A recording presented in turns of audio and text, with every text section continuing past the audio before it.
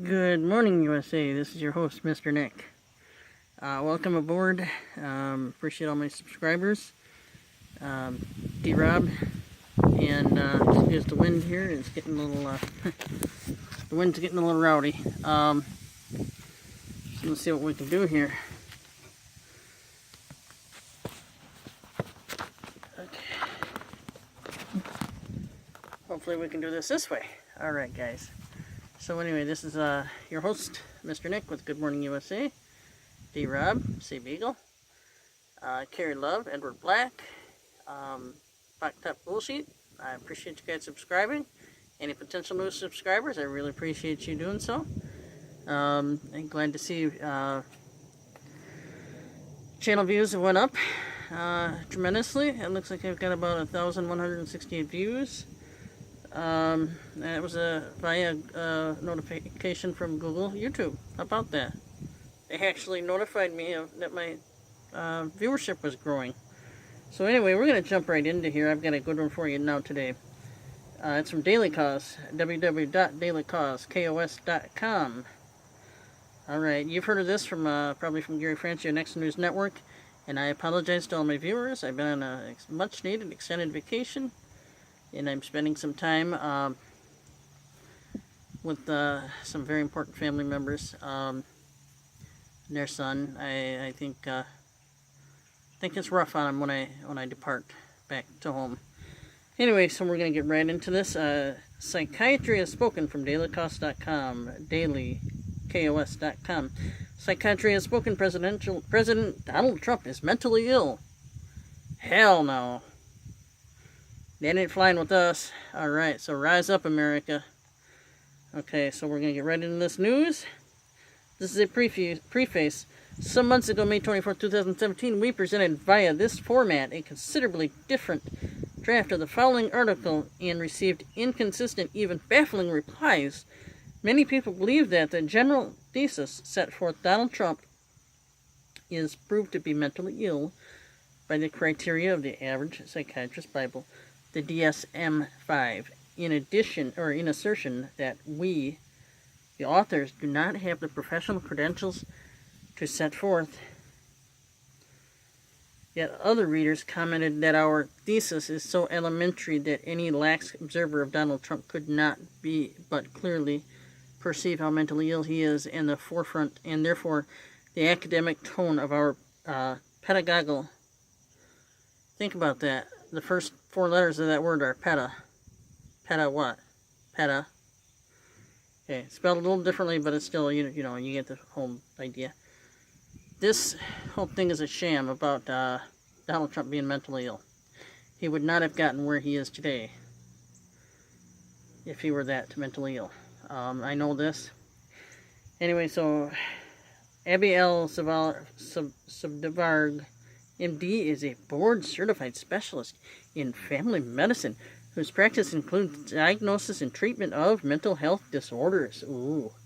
Frances Blumenly has a PhD in philosophy with extensive background in both neurology and counseling psychology. He worked as a counselor for many years under the auspices of the APGA, American Personal Guidance Association, and has done much scholarly work, which includes publishing on the association between phenomenology and, psychology. Something which is especially pertinent here and deserves being emphasized is the fact that when we initially prepared this article, we thought we would be a trio of authors with a certified psychiatrist and the paper's first author. He, however, citing the Goldwater Rule as it is called, chose to absent himself from this clinical exercise because of the personal, professional, and legal risk involved. In short, he could lose his license to practice medicine. For those unfamiliar with the Goldwater Rule, we present it here as follows. American Psychiatric Association, the principles of medical ethics with annotations especially applicable to psychiatry in 2013 edition.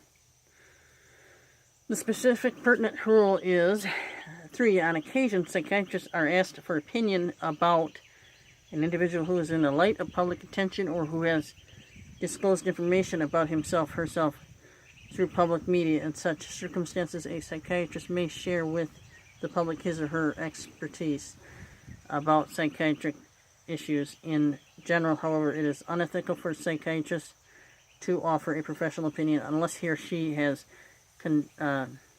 conducted an examination and has been granted proper authorization or such a statement.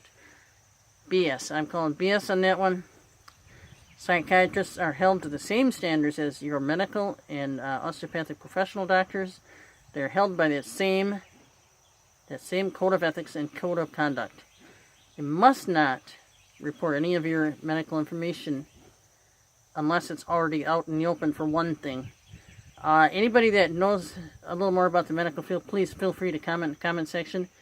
This is your channel. It's going to be, hopefully it's going to be a very good service for you. And I want you to understand, I'm calling BS on the fact they shouldn't be talking about Donald Trump without his permission, because what they are doing is they're defaming his character, and they're also assassinating his character. And that's the only thing they're attempting to do. He's not mentally ill. We know this. We absolutely know this without a heartbeat, or, in the blink of an eye. So the 2 remaining authors of this paper went ahead and published it. It has a question regarding our own veracity and believable authorities on Donald Trump's mental health. There is a simple fact that we are the ones who thought of this approach first and did it first.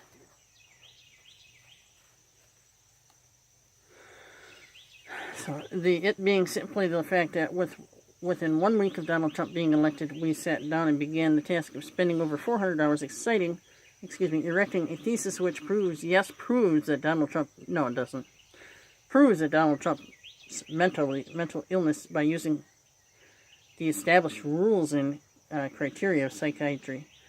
Are other mental health professionals willing to join us in this endeavor? We do not care about getting all the credit for what we started.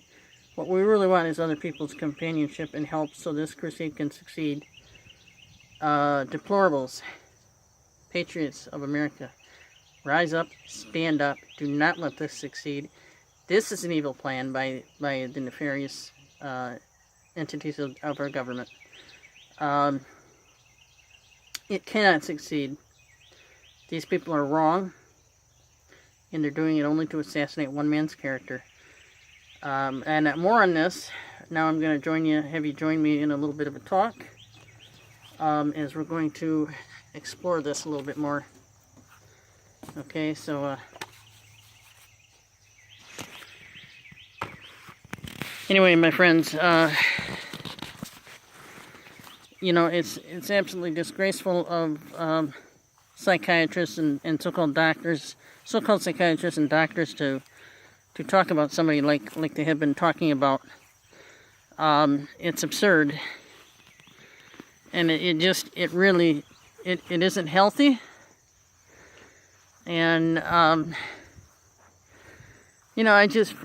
a nice for instance, I just went to church. I visited a local church down here, and it was just beautiful. I hope you guys can see me okay. I'm walking around the property. Okay, so here we are. Hope you guys can see me. I don't know if you can see me. It looks like my shadow. Oh, there I am. Okay. Anyways, you don't want to look at my goofy face. Anyway, I wish I had other people with me. This would be a lot more fun. But at least I have my subscribers, and you guys are keeping me entertained. So anyway, here's the thing. The election of Donald J. Trump is not just a political thing. And he's not just there for nefarious purposes.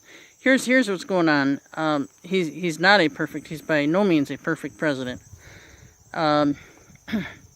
However, he is just the starting point that God is using to wake all Americans up, to wake all people in America up, to rise up, stand up for your Christian beliefs and what other values you hold dear. Because what is coming is not a good thing.